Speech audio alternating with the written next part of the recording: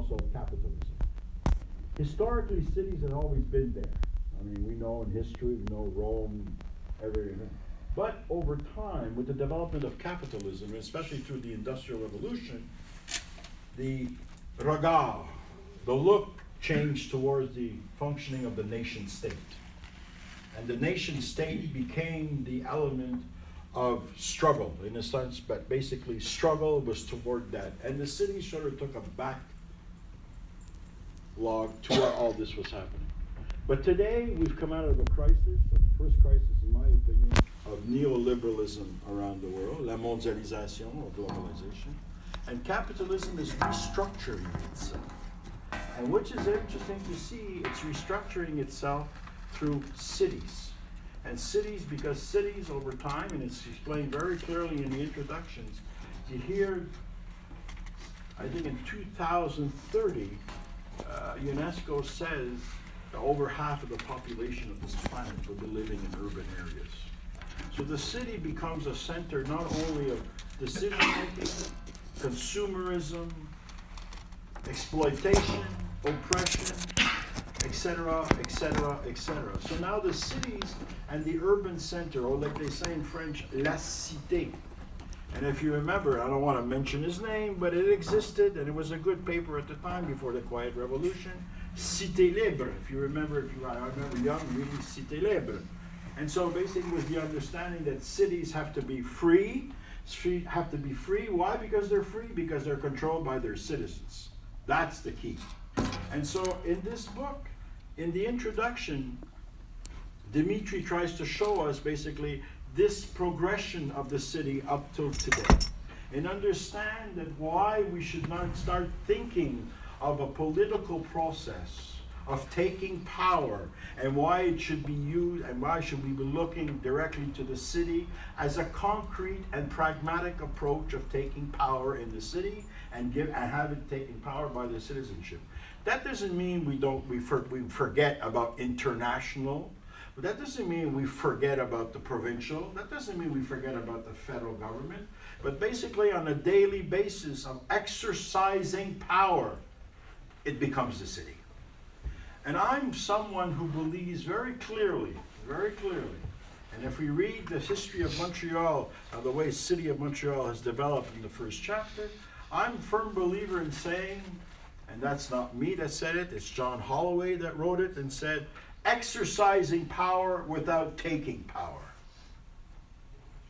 In other words, let's get rid of the old traditional politics that we have. Vertical politics. We have to start thinking in horizontal politics. And that's what we're seeing in Europe, in Barcelona, in certain cities and other cities in Spain, even in certain cities in Germany. What we're seeing in certain cities of the United States of America. In other words, citizens are taking control of their destiny through the place where they live. Because we always thought the city only looks after snow removal, garbage removal, but what about environment? It has become centerpiece of the city. What about, we'll talk about transportation, but also work.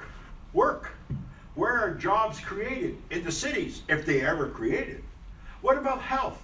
Where's our health centers? In the major cities. Where's the multiculturalism or la mosaïque?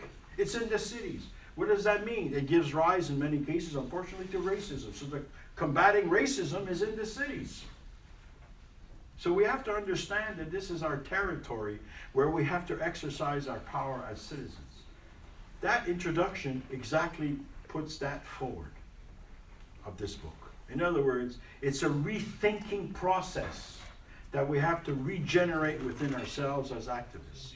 Second, there's also chapter 1, when Dimitri talks about the city of Montreal and the history and progression of the city of Montreal, economically, politically, socially, culturally. It shows you that this city is une plaque tournante. Montreal is the plaque tournante in the center of the province of Quebec. Therefore, politically, it is extremely important. Economically, it is the centerpiece of the economy of Quebec. And even culturally, and sociologically, and multiculturally with the mosaic of the city of Montreal. It also is a city basically that has connect. It's also a city that's important for Eastern Canada if you want to go to the Maritimes. This is the major city of that area. And plus our connections with Boston, New York, and yes, Toronto.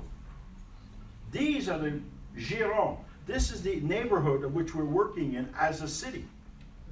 So the decisions made in the Conseil Municipal, the Municipal Council, are not secondary to what some of the decisions are being taken in Quebec City. We think it's only Quebec City. So that means we have to change our mentality. We have to change the way we see politics. The only politics we grew up in for ages is traditional politics, top down, political parties, etc. And always the hope that this political party will be better than the next one. And also after 6 years, after 4 years, after 6 months, maybe after 100 days, we say, Christ, it hasn't changed.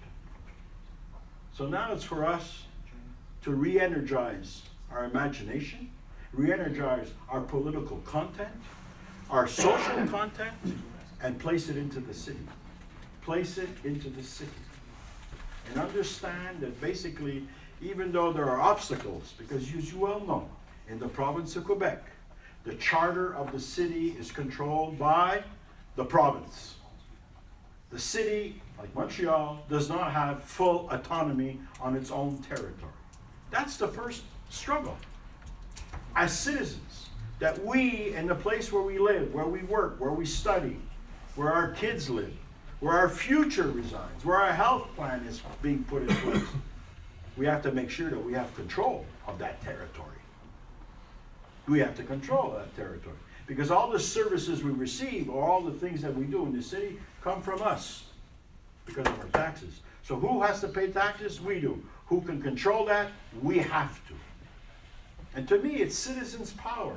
It's a new concept of developing democracy, what I call citizens' democracy, participatory democracy, direct democracy. That's what we have to talk about. Participatory budgets. And we have to decentralize the city. And at the end of this first chapter, Dimitri talks about decentralizing the city into neighborhoods, streets where people live that create interaction. On Hasselt, a little completely choked out. But in the context